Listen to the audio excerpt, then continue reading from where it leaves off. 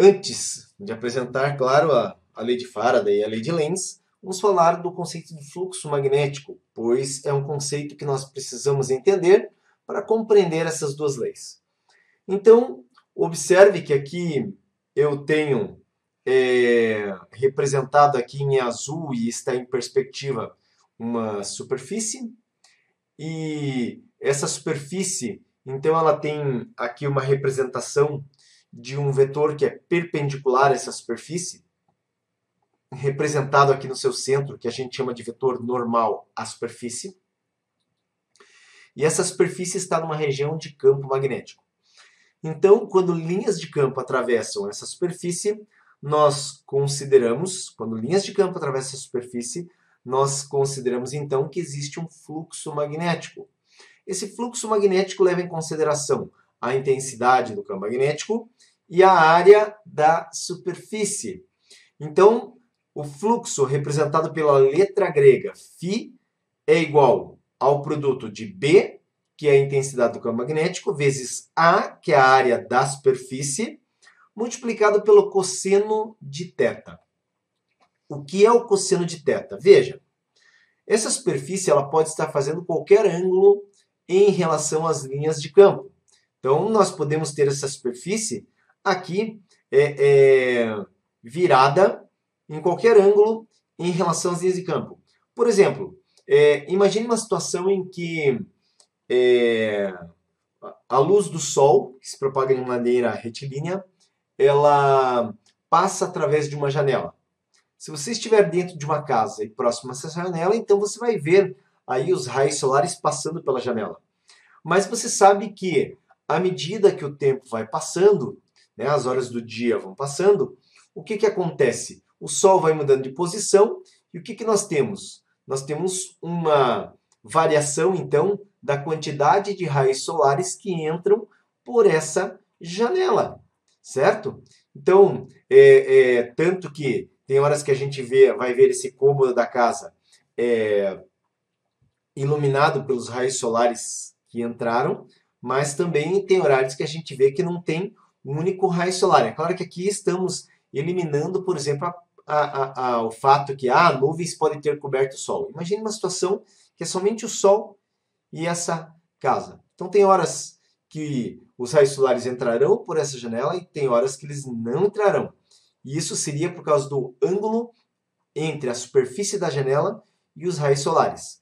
Então aqui o que eu estou querendo dizer para você é que existe um ângulo entre a superfície, entre essa superfície e as linhas de campo. Esse ângulo, então, θ, ele corresponde ao ângulo existente, é só você ver aqui nessa figura, entre o vetor normal e as linhas de campo magnético. Então, o ângulo que aqui a gente vê, é entre o vetor normal e as linhas de campo magnético. E, no caso, por que a função cosseno? Tá? Por que a função cosseno? Bom, a função cosseno, ela ocorre, tá? Pelo seguinte, deixa eu mostrar aqui. Ainda, tá? Antes de mostrar essa função cosseno, só colocando aqui quais são os termos dessa grandeza fluxo magnético. Então, fluxo B vezes cosseno de θ. O φ, que eu falei, é o fluxo magnético. A unidade de sistema internacional é o Weber, tá? Weber. B é a intensidade do campo magnético. A é a área. Sistema internacional tem que estar em metros quadrados. Cuidado com áreas em centímetros quadrados. E θ é o ângulo entre o vetor campo e o vetor normal. Agora observe essa figura aqui, tá? Imagine essa superfície. A parte lateral, que é um azul mais escuro, é a parte por onde as linhas de campo não conseguem entrar. E quando a luz não, eu falei em luz, agora estou me confundindo, né? Quando as linhas de campo podem entrar para a superfície, elas podem entrar pela parte azul claro, certo? Podem entrar pela parte azul claro. Mas observe que aqui, ó, se nós temos essa parte azul clara, essa superfície no plano horizontal, então o vetor normal, que eu disse que tem que ser perpendicular à superfície, esse vetor normal você enxerga ele como? Você enxerga ele vertical. As linhas de campo elas são horizontais. Então, observe que entre o vetor normal e as linhas de campo horizontais, nós temos o quê? Um ângulo de 90 graus. Mas observe que nenhuma única linha consegue entrar por essa superfície, porque a superfície ela está num plano horizontal e as linhas são horizontais, então essas linhas passariam rente à superfície, mas não atravessariam essa superfície. Portanto, o que nós temos aqui?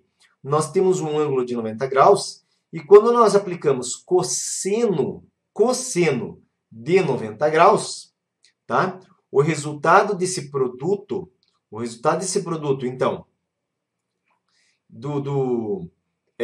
B vezes A vezes o cosseno do ângulo, por ser um cosseno de um ângulo 90 graus, vai resultar num fluxo nulo. O que significa que nenhuma linha de campo consegue atravessar essa superfície. Então, fluxo nulo porque a superfície ela tem a mesma orientação das linhas de campo. Porém, nós precisamos sempre levar em conta o vetor que é normal à superfície, e esse vetor normal à superfície ele faz 90 graus com as linhas de campo.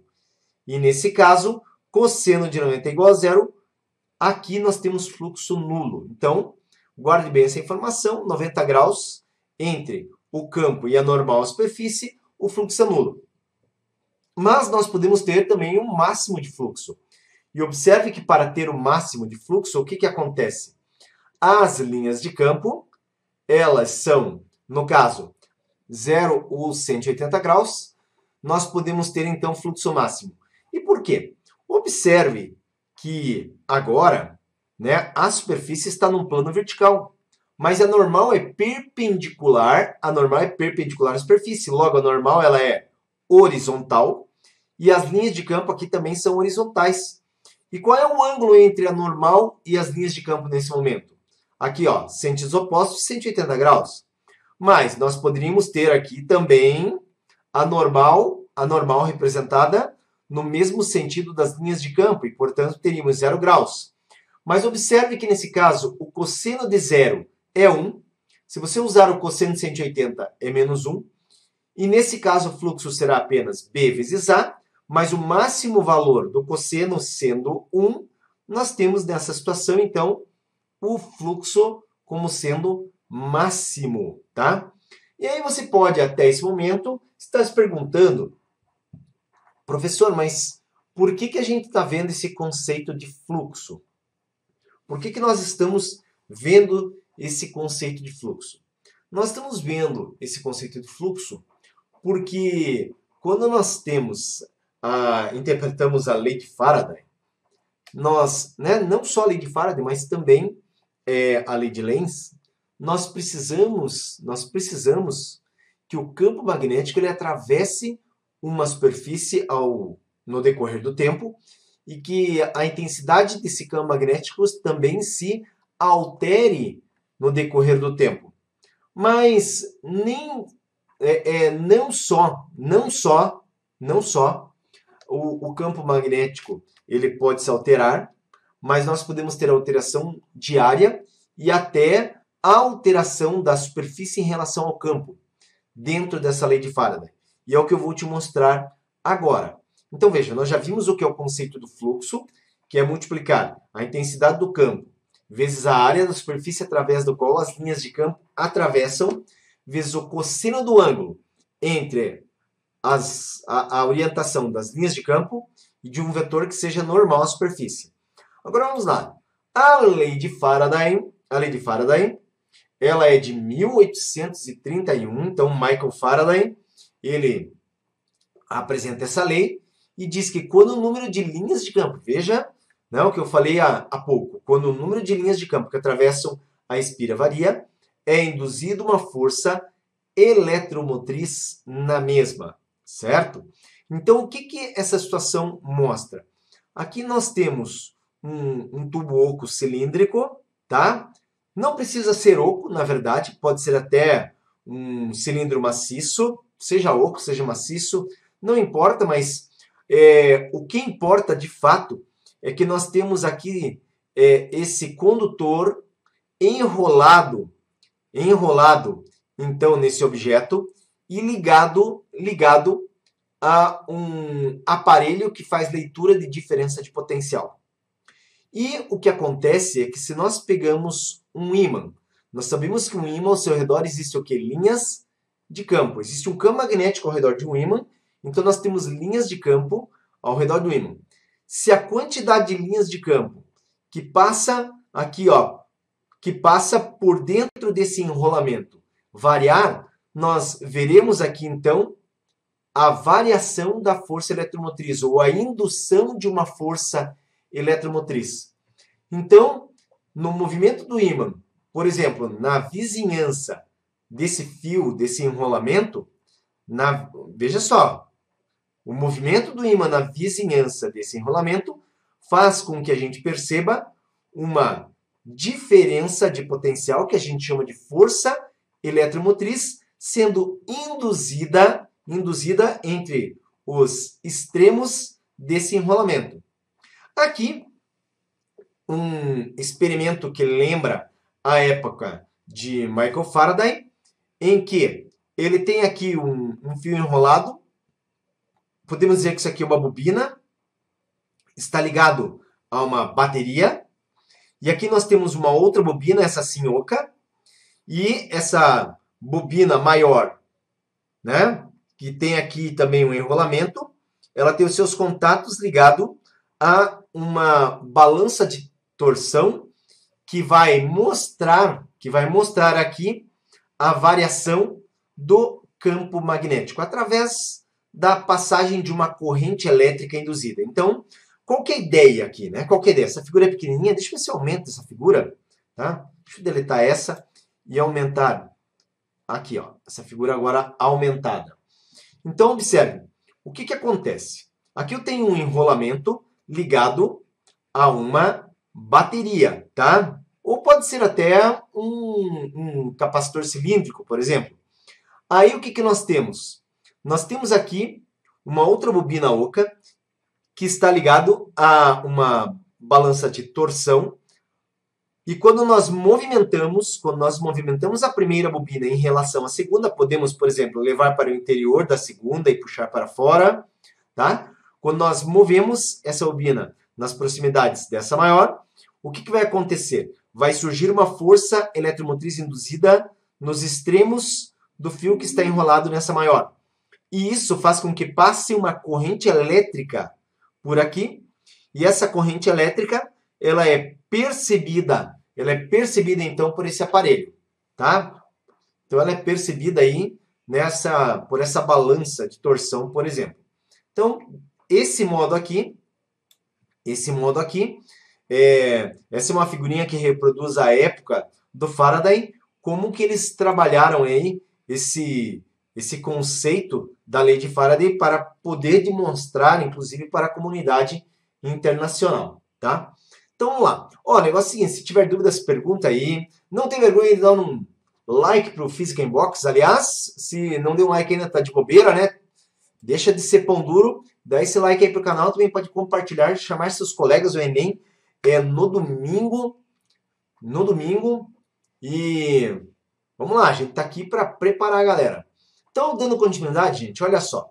Na lei de Faraday, então, nós temos aqui a representação matemática dessa lei. Então, aqui o que eu falei, uma espira, um ímã que pode ser movimentado nas proximidades dessa espira, e nós temos aqui o amperímetro, que é o aparelho que acusa a passagem de corrente elétrica. O que nós precisamos saber? Se nós deixarmos o ímã parado, não vamos ter força eletromotriz induzida. O ímã precisa estar em movimento nessa vizinhança, até mesmo passando dentro da espira. Observe que o epsilon, que é a letra grega aqui, representa a força eletromotriz. Delta-φ, delta, variação do quê? De fluxo magnético, que a gente viu que o fluxo é em Weber, tá? E vimos também o significado do fluxo magnético. E então nós temos aqui que a força eletromotriz é a razão do fluxo magnético pelo intervalo de tempo.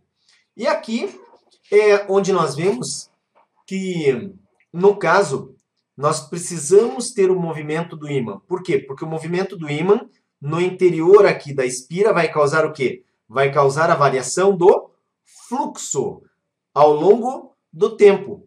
E simplesmente essa razão entre a variação do fluxo e o intervalo de tempo fornece, então, a força eletromotriz ou a diferença de potencial nos extremos da espira.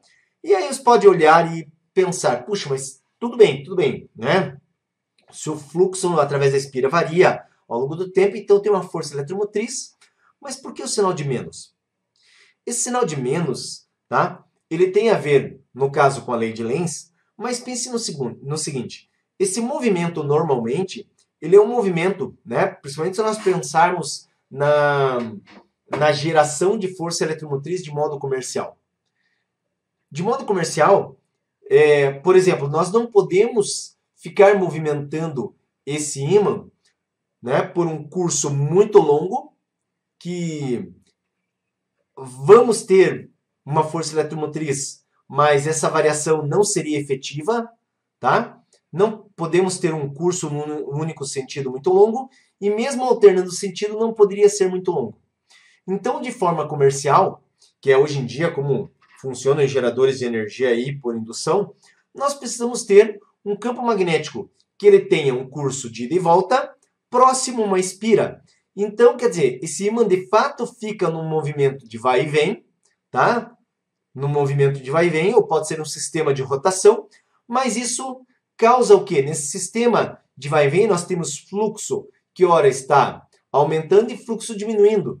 Então, ao longo do tempo, nós temos uma variação de fluxo. Fluxo aumenta, fluxo diminui, fluxo aumenta, fluxo diminui. E isso causa aqui, gente, uma alteração no sentido da corrente elétrica a cada movimento de vai e vem. Então, por isso do sinal de menos. Porque se nós tivermos uma função que representa... Ó, veja bem o que eu estou falando. Se nós tivermos uma função que representa o fluxo magnético, tá? E nós calcularmos essa variação de fluxo magnético para um certo intervalo de tempo, nós perceberemos que nós teremos uma força eletromotriz que vai apresentar o quê? Ora um sinal positivo, ora um sinal negativo, mostrando justamente que o que está acontecendo é que nós temos ali sendo gerada, inclusive, uma corrente elétrica alternada. Tudo bem? Então, vamos em frente. Observe aqui. Quais seriam as 3 maneiras de gerar força eletromotriz? Eu tenho aqui que eu acabei de apresentar, a lei de Faraday, que é a variação do fluxo no decorrer do tempo. E lembrando que o fluxo é intensidade de campo vezes área, vezes o cosseno do ângulo θ. Então, nós temos 3 maneiras de gerar força eletromotriz. A primeira é pela própria variação do campo magnético.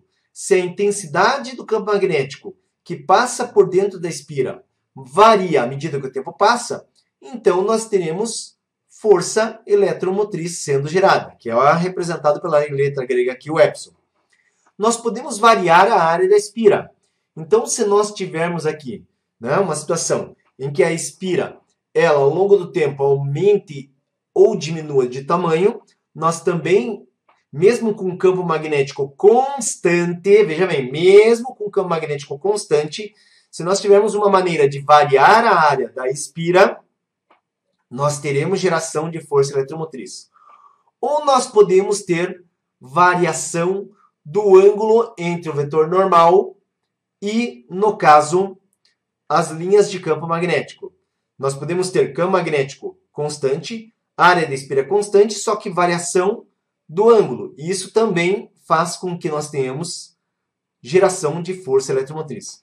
E agora eu tenho uma pergunta para você. Quando é produzido, por exemplo, dentro de uma usina hidrelétrica, força eletromotriz, como a usina de Itaipu, qual dos 3 fatores está produzindo energia? Né? Eu estou falando então em larga escala. Estão produzindo energia em larga escala, grande quantidade de energia sendo produzida, como na usina de Itaipu ou outras usinas hidrelétricas no Brasil, que geram energia elétrica aí por indução. Ó, isso aqui é quente para o Enem, hein? O Enem, para falar de coisas atuais aí, é batata. E o que nós temos de geração de energia ampla no Brasil? Ô, galera, usina hidrelétrica, né? Usina hidrelétrica. Então, quer dizer, nós temos um potencial hidrelétrico, mas lá na geração, o que está acontecendo? É através de indução. E aqui eu pergunto, qual dos três? Galera, né? Aqui a primeira coisa que vem na cabeça é achar que o campo magnético, mas não é. O campo magnético, lá nos geradores, é um campo magnético constante. A área da espira também é constante. O que se faz variar é o ângulo. E como? Através da rotação. A água, quando ela cai lá, por exemplo, a água, quando ela sofre aquela queda, né, que a gente aproveita a energia potencial sendo transformada em energia cinética. Então, primeiramente, a primeira parte do processo é aquela queda da água, onde a gente tem ali energia potencial sendo transformada em energia cinética. Mas para quê? Para girar um sistema de paz no rotor, e lá no girador nós temos uma variação de ângulo, tá? Uma variação de ângulo entre espiras. E essa variação do ângulo entre espiras, o que vai fazer? Vai fazer com que nós temos uma força eletromotriz sendo gerada. Então nós podemos ter ali, por exemplo, uma espira sendo alimentada por um gerador qualquer. Nós podemos ter um sistema de blocos, e dentro desse sistema, sistema de blocos de ímãs, né? E dentro desse sistema ter um aparato com espiras ali montados, e esses ímãs podem se movimentar em relação a essas espiras. Então, tudo isso faz o quê? Uma variação principalmente uma variação de ângulo. Tá? Uma variação de ângulo através da rotação. Então, essa é a forma de se produzir energia comercialmente, se produzir em larga escala. Campo magnético ficando constante, a área da espira constante, e o ângulo entre o vetor normal, a superfície e as linhas de campo magnético variando. Tá ok? Agora vamos seguir em frente. Vamos seguir em frente aqui. Olha só, vamos compreender a lei de Lenz. E a lei de Lenz, o que ela está dizendo ali? Ó? Que o sentido da corrente I induzida em uma espira é tal que o campo magnético BI, observe que BI significa campo induzido, produzido pela corrente, se opõe à variação do campo magnético externo BE, que induziu essa corrente. Então, o campo externo é BE, o campo induzido é BI. Então, presta atenção que essa lei ela quer dizer o seguinte. Imagine, aproveitemos aqui essa imagem que eu coloquei, a espira e o ímã, e imagine a seguinte situação. Quando nós movimentamos esse ímã aproximando da espira, então eu pego o ímã e eu estou indo com esse ímã de forma que ele aproxime da espira. Eu tenho cada vez mais linhas de campo entrando pela espira. Então, veja só, como eu tenho cada vez mais linhas de campo entrando pela espira, eu sei que isso gera uma força eletromotriz e, consequentemente, uma corrente elétrica. A corrente elétrica gerada, ela tem que se opor à causa que lhe dá origem. Mas qual é a causa que está dando origem à corrente elétrica que está sendo gerada? A aproximação do ímã pelo polo norte. Então, o que surge? Surge uma corrente de forma que ela cria na vizinhança da espira, aqui também um polo norte para se opor à aproximação do polo norte. Então, quer dizer, se a gente tivesse... Agora, olha a situação. A gente aproximou o ímã pelo polo norte. Enquanto nós aproximávamos, surgiu uma corrente elétrica que criou também um campo magnético em que, na face voltada para o polo norte do ímã, ali também surgiu um polo norte para se opor ao polo norte, porque norte com norte dá repulsão. Mas no momento que a gente começa a voltar com esse ímã, esse polo norte está voltando, o que vai acontecer? Bom, observe que nós teremos também linhas de campo aqui variando, portanto teremos uma força eletromotriz e uma corrente, e essa corrente precisa se opor à causa que lhe dá origem. Qual é a causa que está dando origem a essa corrente? O afastamento do Polo Norte. Mas o afastamento do Polo Norte nesse caso, está fazendo com que o fluxo se torne cada vez mais fraco. Como que a corrente pode se opor? Criando um campo magnético em que a face voltada para o polo norte, que se afasta, seja um polo sul na tentativa de atrair o polo norte. Então, esse é o modo de funcionar descrito pela lei de Lenz. Então, a corrente elétrica se opõe à causa que lhe dá origem.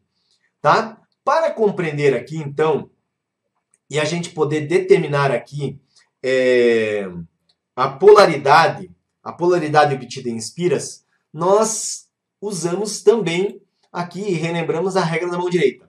Na regra da mão direita, agora você até nem precisa mais fechar em concha, certo? Você pode usar a mão direita ela espalmada, e é importante que o polegar tenha o sentido da corrente elétrica. Então, quando você identifica a corrente elétrica, coloque o polegar no sentido da corrente elétrica.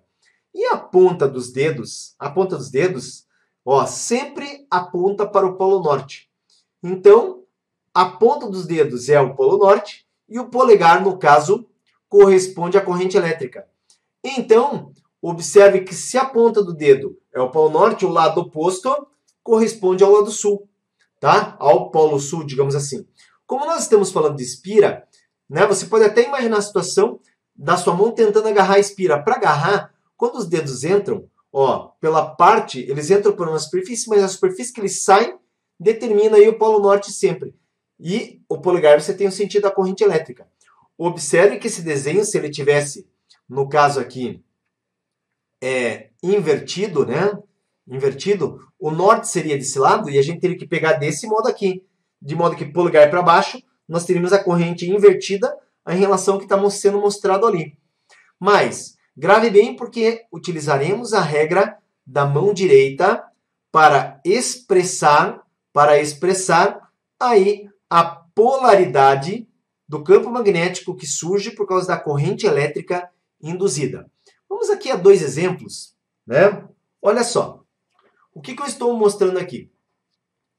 Eu tenho aqui as linhas de campo representadas no espaço, tá? Eu tenho aqui as linhas de campo.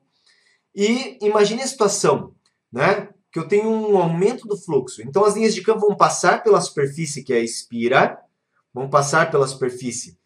é a espira, tá? Eu tenho aqui um vetor campo magnético externo representado. E como eu tenho um fluxo aumentando e que vai passar no interior dessa espira, eu sei que surge uma força eletromotriz na espira e, consequentemente, uma corrente elétrica. A corrente, pela lei de Lenz, ela tem que se opor à causa que lhe dá origem. Então, tem que ficar oposta à causa que lhe dá origem. O que dá origem à corrente elétrica? O fluxo aumentando dentro da espira. Então, observe, gente, que o campo induzido ele surge contra o campo externo. Ele surge num sentido oposto. Guarde bem isso, tá? Então ele surge em sentido oposto. E se você olhar agora, essa face aqui, que eu estou o mouse em cima, é aquela que está mais próxima de você. Imagine que você vai agarrar essa espira. Para agarrar, a sua mão pelo lado esquerdo entra, mas pelo lado direito, os seus dedos saem. E fica igual o BI. Lembre-se que eu falei que a ponta do dedo é o polo norte. Consequentemente, então, você tem aqui, né, para que aqui seja BI, essa corrente elétrica, ela estaria passando num sentido aqui anti-horário, certo? Agora observe a situação, uma situação aqui, olha a orientação das linhas de campo com o fluxo diminuindo. Então eu tenho aqui o vetor campo com a mesma orientação das linhas de campo, campo externo BE, só que o fluxo está diminuindo. Se o fluxo está diminuindo, esse fluxo diminuindo é a causa que dá origem à corrente elétrica. Só que a corrente elétrica tem que se opor a essa causa. Então a corrente elétrica ela tem que criar um campo, né, que tente aumentar o fluxo, porque o fluxo está diminuindo. Então observe aqui que nesse caso, né, do mesmo modo eu estou passando aqui o mouse em cima nessa lateral da espira, ela está em perspectiva, essa lateral é a mais próxima aí de você, imagine essa situação. E nesse caso, como você precisa, por causa da diminuição do fluxo, você quer agora, né, fazer um reforço, então você precisa de um campo que seja na mesma orientação que o campo externo. E por isso que BI tem a mesma orientação do campo externo. E nesse caso, o que acontece? Também, se você for pegar a espira, o que você vai perceber? Que a mão entra pela espira e lá no centro do BI, os seus dedos apontam para o lado esquerdo. E, consequentemente, observe que BI tem a mesma orientação de BE, que é um fluxo que está diminuindo. Então, a aplicação aqui mostrando a lei de Lenz. Bom, gente, agora, na continuidade, vamos ver o seguinte, olha só. Nós vamos ver aqui o que é chamado de conceito de indução. Isso aqui é fácil compreender através da lei de Lenz. Nós temos, então, aqui representado em azul, uma barra condutora. Então, nós temos aqui uma barra condutora e nós temos uma barra que ela pode deslizar sobre a barra condutora sem atrito. Observe que essa barra condutora, ela tem aqui duas hastes, ela é fechada, né? Ela é fechada, isso é importante considerar, mas ela tem aqui duas hastes que estão separadas por uma distância L. E nós temos essa barra que está alaranjada que pode deslizar. Essa barra ela está imersa numa região de campo magnético. E o que vai acontecer é que quando essa barra laranjada ela for movimentada, ela está em contato com a barra, tá? Com a armação em azul, é uma armação condutora. Quando ela deslizar sobre essa armação, o que vai acontecer? Nós teremos cada vez mais linhas de campo, isso aqui é muito importante compreender, nós temos mais linhas de campo dentro dessa superfície. Isso aqui, imagine como se formasse uma janela. Eu tenho aqui a janela pequena, e enquanto essa barra estiver em movimento, eu tenho aqui um aumento dessa janela. O que pode ser mostrado aqui através dessa figura, observe, ó. Então aqui, ó, esse laranjado mais apagado seria a janela menor em relação à armação, que seria esse retângulo aqui. Mas quando a gente movimentou por uma distância ΔX, tá? Por uma distância ΔX e com uma certa velocidade via essa barra, observe que essa janela aumentou e nós tivemos o quê? Nós tivemos uma variação da área, onde podemos considerar isso como uma área inicial. E se eu considerar todo o retângulo agora formado, tá? A área inicial é formada pelo laranjado fraco e a área final é formada pelo laranjado forte. Observe que nós temos uma variação de área, e essa variação de área é a multiplicação desse ΔX pelo L, que é o comprimento da barra. Isso é a variação de área. Mas, se esse campo aqui, agora presta atenção, se esse campo aqui ele é constante, e nós tivermos uma variação de área, nós temos o quê? Uma força eletromotriz. Lembra quando eu apresentei três maneiras? Deixa eu ver onde é que está. Três maneiras de variar a força eletromotriz: variação de campo, variação de área e variação do ângulo. Aqui nesse exemplo, nós temos a variação da área, porque temos uma janela pequena e quando a barra foi puxada, nós passamos a ter uma área maior sendo atravessada pelas mesmas linhas de campo. Na verdade, quando a gente puxa a área, nós damos oportunidade que mais linhas de campo fiquem dentro dessa área. Se você olhar, antes nós temos aqui representado, né, dois vetores campo, e agora nós temos representado aqui 4 vetores campos. É claro que é apenas uma representação de vetores que está sendo usado aqui. Como que a gente faz aqui para calcular a força eletromotriz gerada numa situação como essa? Então, observe. A força eletromotriz ela é igual à velocidade com que a gente puxa a barra, vezes o comprimento da barra, tá? O comprimento da barra sobre essa armação condutora, vezes a intensidade do campo magnético. E qual é o sentido da corrente elétrica que surge aqui na barra, tá? Lembre-se que a corrente elétrica, ela, segundo a lei de Lenz, a corrente induzida se opõe à causa que lhe dá origem. Então, se quando eu puxo a barra aqui para a direita, aumenta, ó, eu tenho um fluxo maior do campo magnético com X, certo? Eu tenho um fluxo maior de campo magnético representado por X. Então, o que eu preciso ter? Eu preciso ter um fluxo que tente diminuir justamente esse fluxo, tá? Esse fluxo. E por isso que eu tenho aqui um campo induzido representado por bolinha e pontinho, tá? Que seria, então, o campo magnético gerado pela corrente que se opõe à causa que lhe dá origem, que foi o aumento do campo magnético nessa região. Então, observe que quanto mais linhas de campo nós temos aqui dentro puxando a barra, a corrente induzida, ela cria um campo magnético que se opõe a esse tipo, né, ou a essa orientação de linhas de campo que estão surgindo. Por isso que nós tivemos aqui bolinha com pontinho. É muito importante que você compreenda que se a barra fosse empurrada para o lado esquerdo, o que estaria acontecendo? Nós teríamos uma diminuição de área. Logo, teríamos uma diminuição do fluxo, porque nós teríamos menos linhas de campo passando. E uma diminuição do fluxo, a corrente que surge tentando reforçar esse fluxo. E aí, empurrando a barra para o lado esquerdo, nós teríamos bolinha com X para tentar fortalecer o campo induzido, tá? O campo que está passando, na verdade, por dentro da janela e induzindo a corrente elétrica. Então, observe que isso aqui, na verdade, é um sistema que tende sempre ao equilíbrio. Nós temos aqui um fluxo inicial através da janela e a corrente elétrica, ela determina, então, um campo magnético que tenta manter o fluxo estável. A verdade é essa, tá?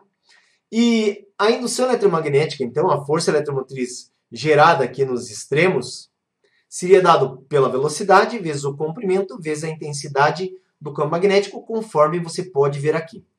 Nós temos aqui um gráfico do fluxo em função do tempo.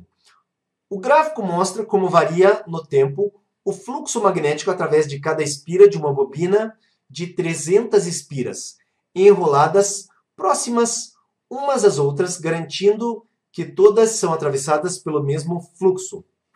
Nessas condições, o módulo da força eletromotriz induzida na bobina no intervalo entre 0 milissegundos e 0,6 milissegundos em volts é igual a... Observe que nós sabemos que a força eletromotriz ela é igual... Aqui eu vou pegar em módulo, tá? Variação do fluxo em função do tempo, tá? Mas essa equação é uma equação que ela é considerada para uma espira, tá? Para uma espira. Só que nós temos 300 espiras, ou 300 espiras. Nesse caso aqui, essa equação ela é adaptada para um número qualquer de espira. Essa equação ela fica que a força eletromotriz é igual à variação do fluxo pela variação do tempo multiplicado pelo número de espiras. Então, tá? Essa equação agora ela vale para N espiras. Então, para uma espira ou para N espiras. Agora, observa aqui o seguinte. O que o gráfico está mostrando?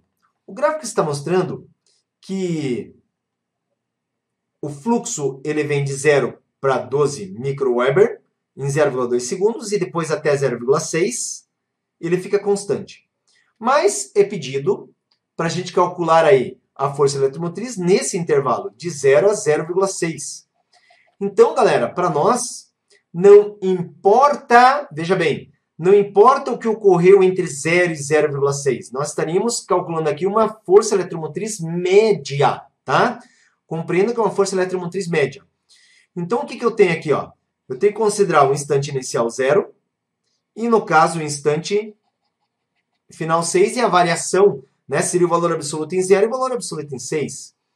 Então, observe que essa FEM seria variação do fluxo em 0,612 microweber. Então, 12, 10 a menos 6, menos 0, tá? Porque ele é 0 em 0 segundos. Isso aqui dividido pela diferença de tempo, 0,6, no caso, menos 0. E multiplicado por 300.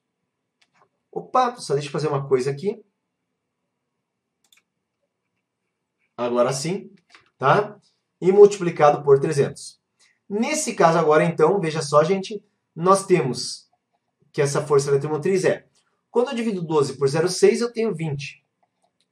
20, 10 a menos 6, multiplicado, no caso, por 300, certo? E nesse caso... Ah, só um detalhe, né? Um detalhe, opa, estava passando direto aqui, passa direto aqui. Esse tempo aqui, observe que ele é em milissegundos. Ele é milissegundos, é 0,6, 10 a menos 3, menos 0. Então aqui o que nós temos?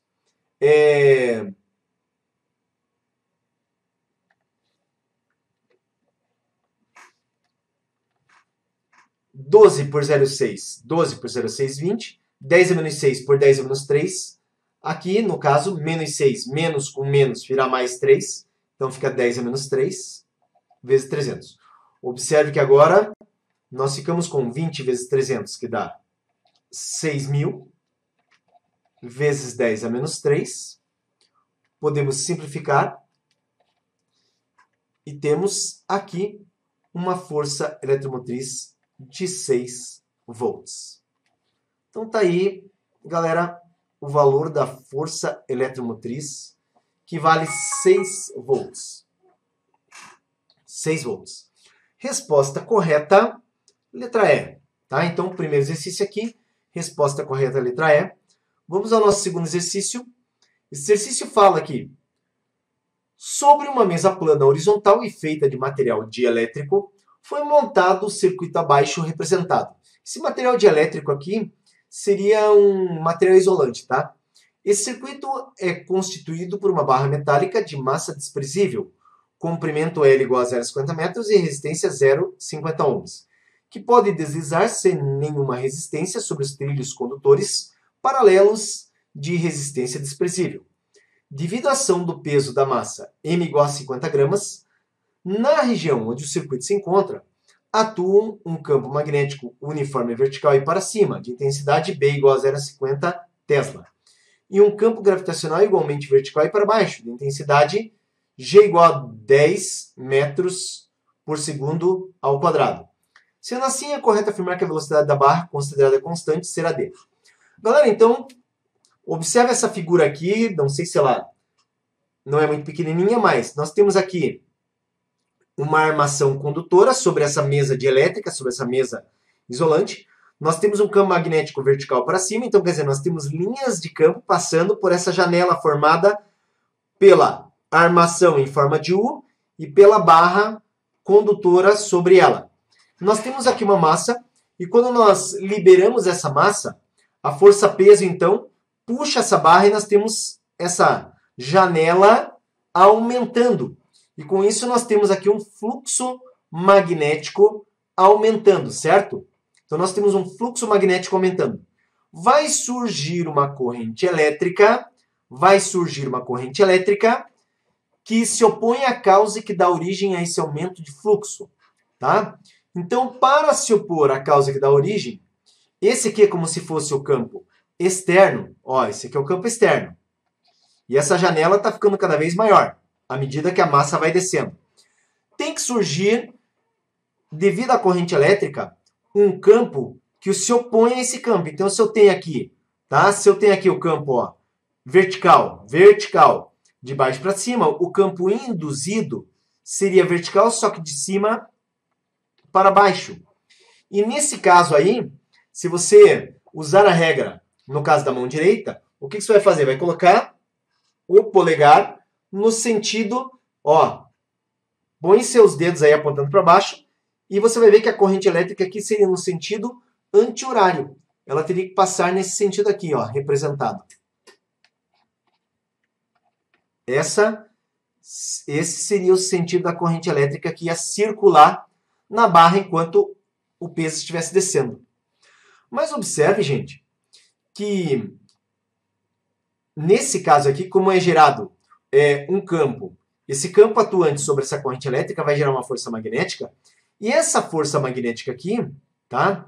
Essa força magnética, para que a velocidade seja constante, precisa ter uma força magnética que atue sobre a barra, e essa força magnética atua aqui, horizontal, sobre a mesa, e se opondo ao peso. Nesse caso aqui, como nós precisamos, presta atenção, que a força resultante seja igual a zero. Ah, não estou entendendo. Por que a força resultante tem que ser igual a zero? Para que nós tenhamos velocidade constante. Tá? Para ter velocidade constante, nós precisamos ter força resultante igual a zero. Tá? E quais são as forças atuando? A força peso e a força magnética que surgiu sobre a barra. A força magnética foi a aula de ontem, tá? Essa força magnética aqui, pode ver que corrente perpendicular a campo, força magnética atuando sobre a barra. Nesse caso aqui, essa força magnética aqui, ela tem que ter a mesma intensidade do peso para que nós tenhamos velocidade constante. Então, nós vamos continuar, mas já sabemos que a força magnética tem que ser igual ao peso. Eu vou aqui para uma próxima tela e vamos desenvolver exatamente esse raciocínio. Então, nós vimos que a força magnética ela precisa ser igual ao peso. Mas o que é essa força magnética? Força magnética sobre uma barra condutora. B, I, L, tá?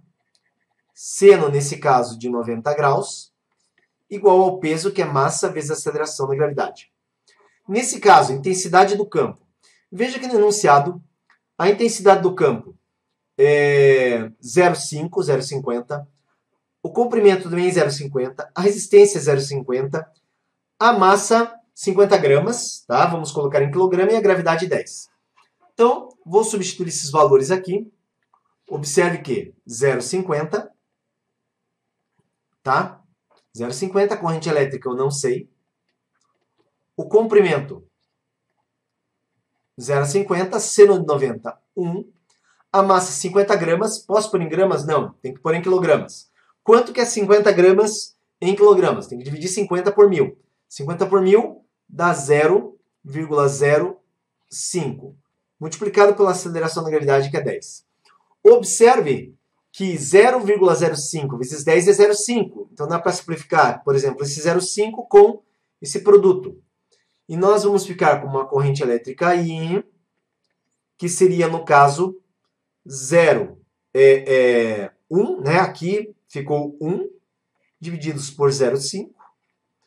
Isso nos dá uma corrente elétrica de 2 amperes. Tá? 2 amperes. Agora pensa no seguinte, vamos voltar.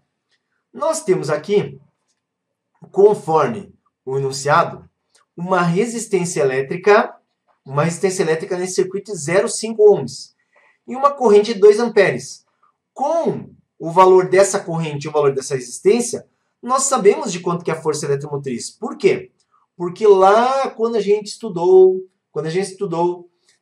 no caso, corrente elétrica, resistência elétrica, nós vimos que corrente e resistência se relacionam por força eletromotriz igual a corrente multiplicado pela resistência. A força eletromotriz vale, portanto, corrente 2, resistência 0,5. Isso dá uma força eletromotriz, no caso de 1 volt. Então, acabamos de descobrir a força eletromotriz induzida, tá? Observe que aqui a força eletromotriz induzida nós conseguimos descobrir e essa força eletromotriz induzida, ela tem uma outra equação, que através lá da lei de Faraday, né, o desenvolvimento da lei de Faraday, nós chegamos numa expressão que é VB vezes L. Professor, você não fez a dedução dessa equação. De fato, eu não fiz a dedução dessa equação, porque essa live ela é relativamente curta, a gente tem aí 1 hora e pouquinho para fazer essa live. Então, por esse motivo, eu apenas apresentei a equação. Mas no curso do Physics in Box tem um curso que é sobre leis de Faraday e lei de Lenz. Lá eu deduzo com calma. Aí você vai ter 4 horas de aula com um monte de exercício e explicação minuciosa de tudo isso aqui, tá? Agora, para Enem e vestibulares, normalmente a gente tem que saber aplicar a equação. E a aplicação eu estou mostrando aqui. Então, a FEM vale 1. A velocidade é o que nós estamos querendo descobrir. O campo, já vimos que é 0,5. Pode ver que eu utilizei já aqui na equação anterior. E o L também é 0,5. Nesse caso aqui, observe que a velocidade ficando isolada é a divisão de 1 pelo produto. 0,5 vezes 0,5, 0,25. Quando eu divido 1 por 0,25, eu chego a uma velocidade de 4 metros por segundo. Então, essa é a velocidade constante com que a barra se movimenta. Tá aí. Voltando às alternativas, percebemos que 4 metros por segundo é a letra D. Beleza, galera? A próxima questão, ela diz assim: o observador representado na figura observa um ímã que se movimenta em sua direção com velocidade constante. Então tá aqui, ó, a setinha pequenininha, mostrando qual é o sentido de movimentação do ímã, tá? No instante representado, o ímã encontra-se entre duas espiras condutoras, 1 e 2, também mostradas na figura. Examinando as espiras, o observador percebe que... Então aqui, nós precisamos determinar qual é o sentido da corrente que vai ser induzida em cada uma dessas espiras. Tudo bem? Então, olha só. Nessa situação aqui, galera, observe que o Polo Norte, ó, a pontinha da seta, é importante você lembrar que a pontinha da seta representa o Polo Norte e o lado contrário é o Polo Sul. Aqui o que acontece? Quando o ímã está vindo em direção à espira, então nós temos um monte de setinha apontando nesse sentido. E o que o fato, né, dessa velocidade estar apontando para a espira 1 significa que, ó, o fluxo está aumentando na espira 1. O fluxo está aumentando. Aí, o que se opõe? Né? A corrente que surge, ela se opõe à causa que lhe dá origem. Certo? Então, se opõe à causa que lhe dá origem. Se eu tenho, ó, linhas de campo nesse sentido para entrar na espira, naquela face voltada para o ímã, eu tenho que ter o quê? Uma oposição à causa. Logo, eu tenho aqui, ó, esse aqui, em azul, é o campo externo, que é o do ímã, e o campo induzido é o BI. E esse campo induzido ele está associado à corrente elétrica.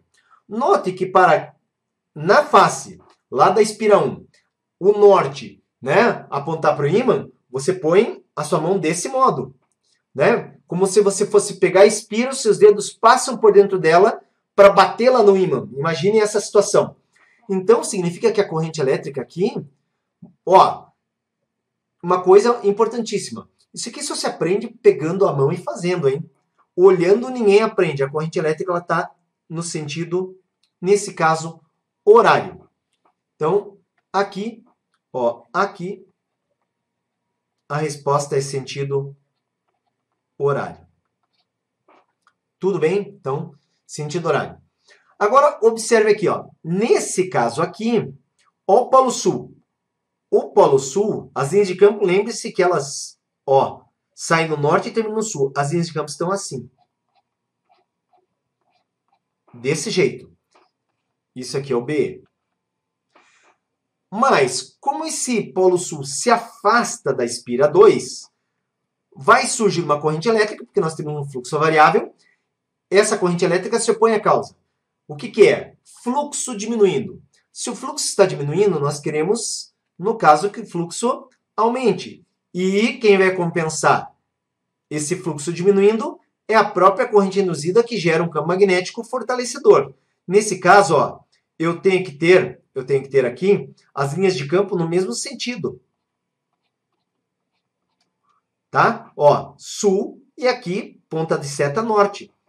E observe que nesse caso aqui agora, né, se você for pegar a espira 2, o seu dedo passa por trás da espira, na parte da frente da espira, ele sairia aqui a ponta dos seus dedos e, no caso, a gente percebe que a corrente elétrica teria que ser assim. E essa corrente elétrica, então nós vemos aqui que ela tem o quê? O sentido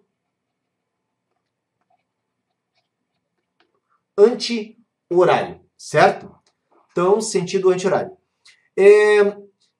Aqui, agora que me ocorreu que pode ter ficado muito pequeno essa imagem. Deixa eu fazer o seguinte. Vejam, o que eu estava explicando, voltando então à explicação, é o seguinte, ó. Ímã, polo norte, linhas de campo aqui, ó. Setinha apontando, fluxo aumentando na espira. Isso induz uma corrente elétrica. A corrente elétrica tem que se opor à causa. O que é isso? Fluxo aumentando por causa do movimento, né, ser em direção à espira 1, nós teremos que ter aqui, contra isso, pontinha de seta também, porque ó, norte com norte. Para ter norte nessa espira, eu preciso agarrar ela ó, desse jeito. Os dedos entram e vão bater lá, passando por dentro da espira, bater lá no ímã. E para que isso aconteça, a corrente elétrica tem que estar assim, ó. Tá? E esse sentido é o sentido horário. No 2, o ímã está vindo aqui ó, em direção à espira 1, então as linhas de campo estão todas assim. Só que o fluxo está diminuindo dentro dessa espira. E se o fluxo está diminuindo, o que tem que surgir? Um fluxo que não seja contra, mas sim a favor. Então, o campo induzido, fluxo a favor. E para isso, para você agarrar a espira, né? Ó, seus dedos passariam por dentro dela e observe que, para que isso aconteça, nós temos que ter aqui corrente elétrica nesse sentido que é o anti-horário. Voltando às alternativas, ó, as correntes elétricas induzidas no sentido horário em ambas as espiras, não, a gente viu que um é horário e outro é anti-horário. Anti-horário em ambas, também não. A corrente elétrica induzida no sentido horário na 1 e anti-horário na 2. Exatamente o que está escrito na letra C, galera, tá? Na letra C. No quarto problema da nossa lista, nós temos o seguinte.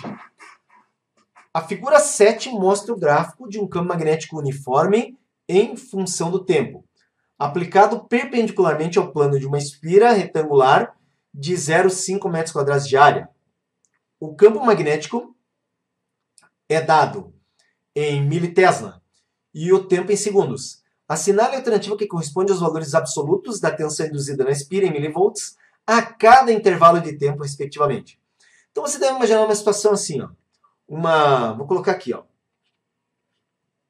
Uma espira quadrada na superfície aqui horizontal, por exemplo. E nós temos aí as linhas de campo perpendiculares. Então, por exemplo, linhas de campo que estão aqui, ó, perpendiculares. E nós temos aqui representado aquele vetorzinho normal. E aqui as linhas de campo. Essa seria a situação. Tudo bem? Então, aqui nós teríamos a situação de fluxo máximo, mas quando tiver variação do campo magnético. O gráfico mostra que desde 0 até 2 segundos o campo magnético variou, depois variou de novo de 2 até 7,5, e ele não variou entre 7,5 e 11,5. A primeira coisa que eu vou fazer, gente, é calcular o fluxo magnético, tá? Nos instantes de tempo 0, 2, 7,5 e 11. Então, observe, fluxo no instante de tempo 0, ele vale 0. Tá? Porque o campo magnético nesse instante vale 0. Se não tem um magnético, não tem fluxo. Agora, o fluxo em 2 segundos. A equação do fluxo, vou colocar aqui embaixo, lembrando, é B vezes A vezes o cosseno do ângulo. Só que o ângulo aqui é um ângulo de 0 graus e, portanto, esse cosseno aqui ele está valendo 1. Tá? Então, o fluxo em 2 será, em 2, ó, seria nesse ponto aqui. O que a gente percebe? A área foi dada, tá? 0,5 metros quadrados de área, e eu pego do gráfico o campo. O campo em 2 é 12. Então, observe que o cálculo aqui é 12 militesla, 12, 10 a menos 3, 12, 10 a menos 3, multiplicado pela área de 0,5. 12 vezes 0,5, isso aqui fica 6, que multiplica 10 a menos 3, Weber, tá? O fluxo agora para o instante 7,5. No instante 7,5 eu tenho aqui, ó, o valor de 15,5. Então, 15,5 vezes 10 a menos 3, a área é sempre a mesma, 0,5, e eu terei 7,75 vezes 10 a menos 3, a unidade também Weber. E eu vou fazer o cálculo agora no instante 11,5. Então, é fluxo em função do tempo, né? O que eu tenho? Mesmo resultado, 15,5. Opa! 15,5, 10 a menos 3, vezes, no caso, 0,5. Isso aqui é igual a 7,75, 10 a menos 3, Weber, tá? Olha só, fiz o cálculo aqui, ficou feio pra caramba, né? Deveria ter feito numa outra página, mas eu calculei o fluxo em cada um dos instantes. No instante 0, no instante 2, 7,5 e 11. Por que isso? Porque agora eu quero calcular a FEM, né? Eu vou por uma nova tela. Nessa nova tela, eu lembro que a força eletromotriz, vou pegar em módulo, é a variação do fluxo no intervalo de tempo. Observe que no primeiro intervalo,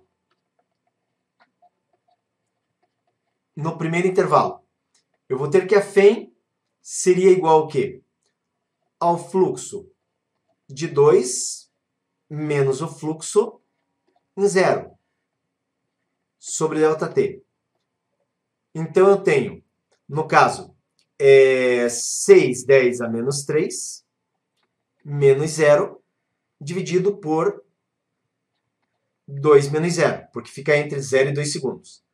A força eletromotriz é 3, 10 a menos 3. Então, 3, 10 a menos 3 volts, que é igual a 3 milivolts. Beleza? Então, o primeiro resultado está aqui, ó, 3 milivolts. 3 milivolts. Vamos ao segundo intervalo.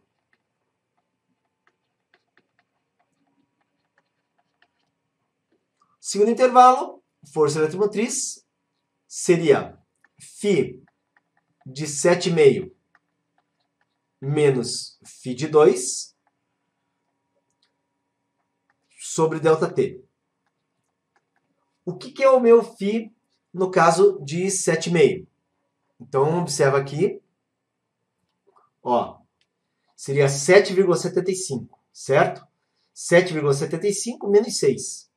Então, eu tenho aqui 7,75, 10 a menos 3, menos 6, 10 a menos 3, sobre 7,5 menos 2, que é o intervalo de tempo, entre 2 e 7,5. A força eletromotriz é 7,75 menos 6 é 1,75. 10 a menos 3 sobre 5,5. Atenção, quando divide 1,75 por 5,5, 1,75 dividido por 5,5, isso aqui dá 0,32. Então, 0,32, 10 a menos 3 volts, ou E igual a 0,32, o 10 a menos 3 é milivolts. Então, está aí 0,32 milivolts. E o terceiro intervalo, terceiro intervalo é fluxo de 11,5 menos fluxo de 7,5 pelo intervalo de tempo. Isso aqui dá 7,75, 10 a menos 3, menos também 7,75, 10 a menos 3, por 11,5, menos 7,5. Gente, isso aqui fica, no caso, 0 sobre 4 é igual a 0 volts. Então, tá aí os três resultados. Tá aí os três resultados. Terceiro intervalo, 0. Segundo, 0,32 milivolts.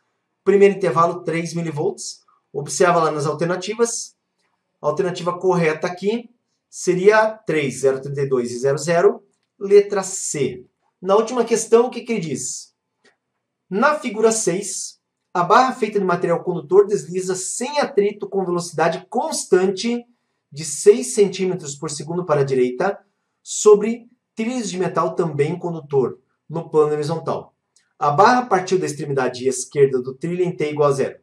Nessa região há um campo magnético uniforme em intensidade 10 a menos 4 Tesla, como mostra a figura. Assinale a alternativa que corresponde ao valor absoluto da tensão induzida em microvolts entre os pontos C e D.